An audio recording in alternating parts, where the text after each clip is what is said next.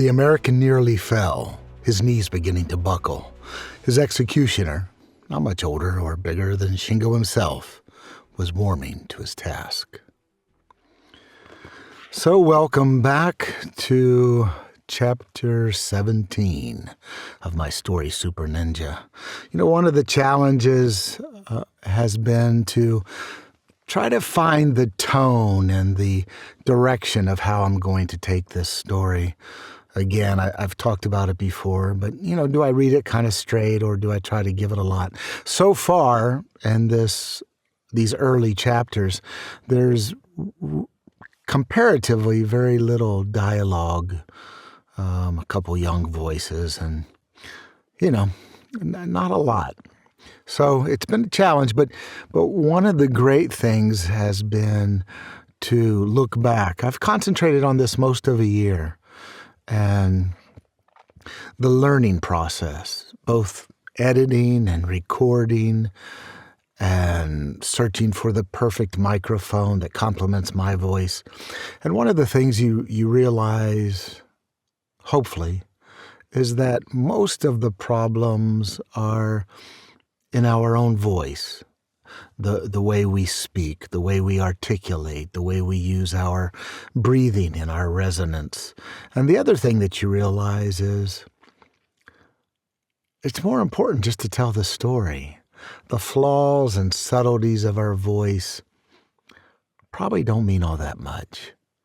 I mean, if you listen to audiobooks, if there's 1,000 audiobooks, you've probably listening to 1,000 voices. Some you like, some you don't. You need great material, and you need commitment. The narrator committing to the process, whichever way he chooses to go. And in my case, I'm trying to give it something. So, Chapter 17.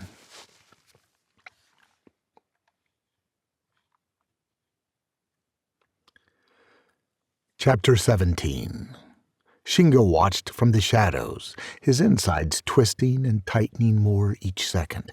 The man had already survived longer than he could have imagined, but it couldn't last. He would have liked talking with this man, not only to thank him, but because he recognized the mastery of the man's movement, even if not the technique. Not quite water, not quite smoke, but certainly not as random as he made it look. Nakamura's mind was racing, and he barely registered the drama playing out in front of him. His mind was moving at light speed from the past to the future. The present would take care of itself. Over the noise echoing on itself in the steel warehouse, he thought he might have heard distant sirens. Of course, police and fire departments would be on their way. The investments on the docks were in the billions of dollars. He felt cold waves of sadness rolling off his young charge. And how could they not? He'd forced the boy to remain still, as his father had killed himself. Honor. It was a hard lesson, but Nakamura feared there would be many more, perhaps for them both. That Mitsu Funakoshi had gone was both a blessing and a curse. A blessing, as no one would learn of his betrayal, and a curse, as the boy was not ready. He was still too willful to be molded, and the form that Nakamura shaped for him too elastic to hold. Come. He pulled at the boy's shoulder, but Shingo shrugged him off. Wait. Delivered as a command, not as a request, Nakamura took the rebuke, perhaps the first ever given by the boy, as a sign that his way forward would be even more difficult than he'd thought. Without the fluidity from the moments before to compare it to, he would have missed it, but Shingo watched the man falter. The man had no hope of escape. Though painful, his breath caught in his chest, and with tears in his eyes, Shingo watched from an innate sense of duty. The man had traded his life to save his. It was the least he could do, to honor the man as a witness to his death, as close as he could be, for being there for him. The American nearly fell, his knees beginning to buckle. His executioner, not much older or bigger than Shingo himself, was warming to his task. Puto de hijo. Angel swung the sword again and again, found only air. Cheering became jeering. Men were laughing at him with every miss. He felt his father's eyes on him, as sharp as the blade, boring into the back of his skull. Jodido japones. The sword was heavy and awkward, his arms already in knots. He forced himself to slow down, to breathe deep and steady. He held the blade like he'd seen in the movies, and swung again. The blade cut through the air and bit into the man's shoulder. Blood flew, the arc of crimson frozen in Angel's mind, and in that moment he felt a surge of strength and purpose. He turned to the men, milking it. Fuck 'em. He'd cut this motherfucker into little pieces and bleed him out before he let him die. Let the fuckers laugh then. Let him know what would happen to them should they challenge his authority. He turned back to his task and swung the sword. If his senses weren't on high alert, he may never have felt the blade, as keen as it was, sliced through his shoulder. He heard flesh rend and the displaced air from the blade, as cool as ice, but doubted the injury was any more real than the rest of it. He slipped another attack, but failed to dodge the next. The blade nicked his arm and sliced deep across his thigh. He stumbled, recovered, and turned as the next slash opened a long cut across his chest. Hands tied behind his back, he staggered to one knee, fell away from the next attack, and kicked out with his legs, catching the boy in the shins and sending him flying backward where the sword clattered to the ground. Angel spun to his feet, furious and humiliated, while the men around him laughed and jeered. Angel scrambled for a gun off the floor and stomped forward. Basta!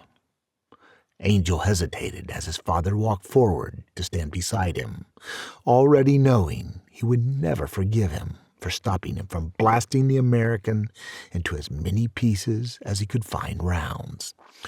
Who the fuck is this guy? Two men moved in and jerked Nash to his feet. Acosta reached through the blood to lift the dog tags, read the name out loud. Nash, Stephen J.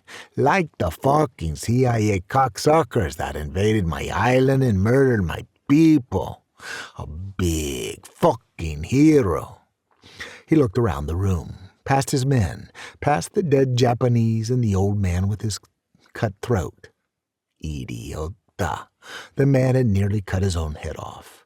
He saw the steel drum of chemicals. Saw the flags. He heard sirens in the distance. They'd be here in minutes, maybe sooner. But he knew they'd argue over jurisdiction and then the best way to tackle the fire and how to stay safe. Malditos fuckers. Besides, he paid half of them. He had time.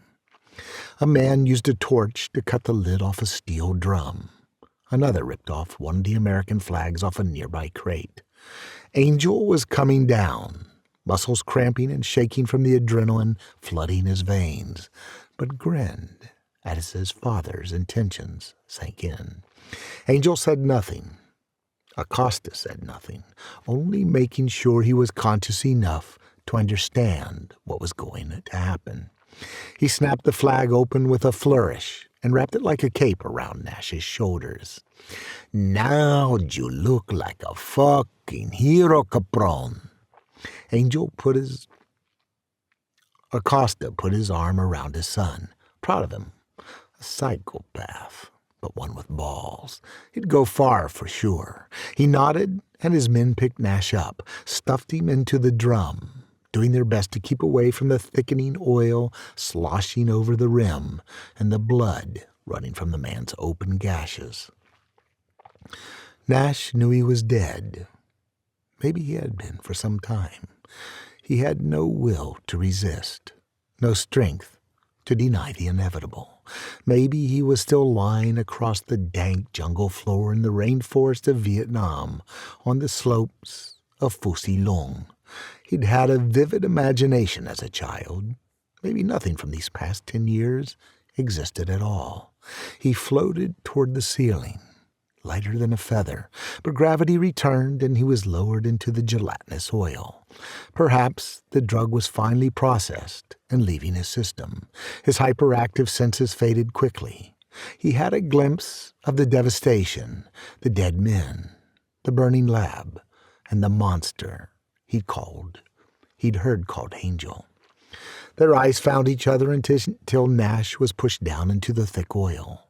Light became black, and then something new, a darkness only the dead could know. Well, it's shot.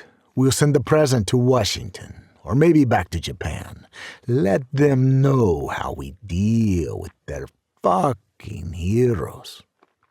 Roberto and 3 others came running in. They're here! Lopez pulled at his arm. We need to get out of here. Bring the fucking hero. Even as he said it, jets of water from the fire hoses began pouring in from the ruptured roof. Papa, there's no time. Okay, fuck it. He pointed to the sword. Grab your toy. More of the ceiling gave way as water rained down and flames leaped up. The Cuban gangsters disappeared as fast as they'd come.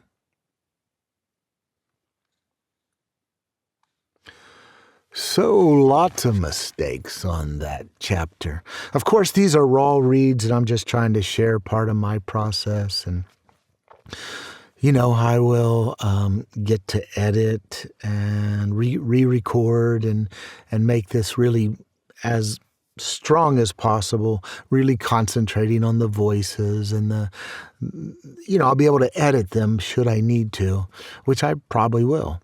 And obviously edit out my mistakes and clean up any sibilants or mispronunciations and double check my Spanish dialogue and make sure my voices are consistent for the characters. So a lot to tackle coming up. But, I'm enjoying the process and I'm enjoying sharing some of this with you. I hope it's fun for you a little bit. I hope that you get to learn and if nothing else, just know that it's not so easy for everybody. And so if you're struggling or wondering how you're going to tackle it, hopefully this is a little bit of inspiration for you. Again, that kind of, hey man, if he can do it, I can do it. And so anyway, I appreciate you coming in, and one more short chapter to go to finish out part 1, and then everything begins. Thanks.